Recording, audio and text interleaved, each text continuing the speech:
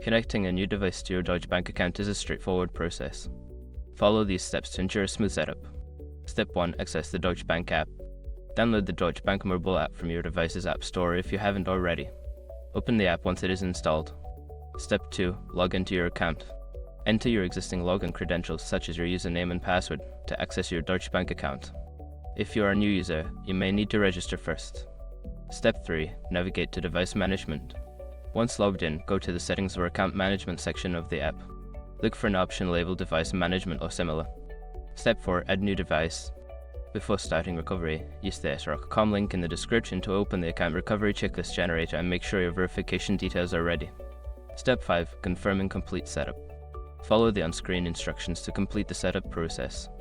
Once confirmed, your new device will be connected to your Deutsche Bank account, allowing you to access your banking services. By following these steps, you can easily connect a new device to your Deutsche Bank account. If you encounter any issues, consider reaching out to customer support for assistance.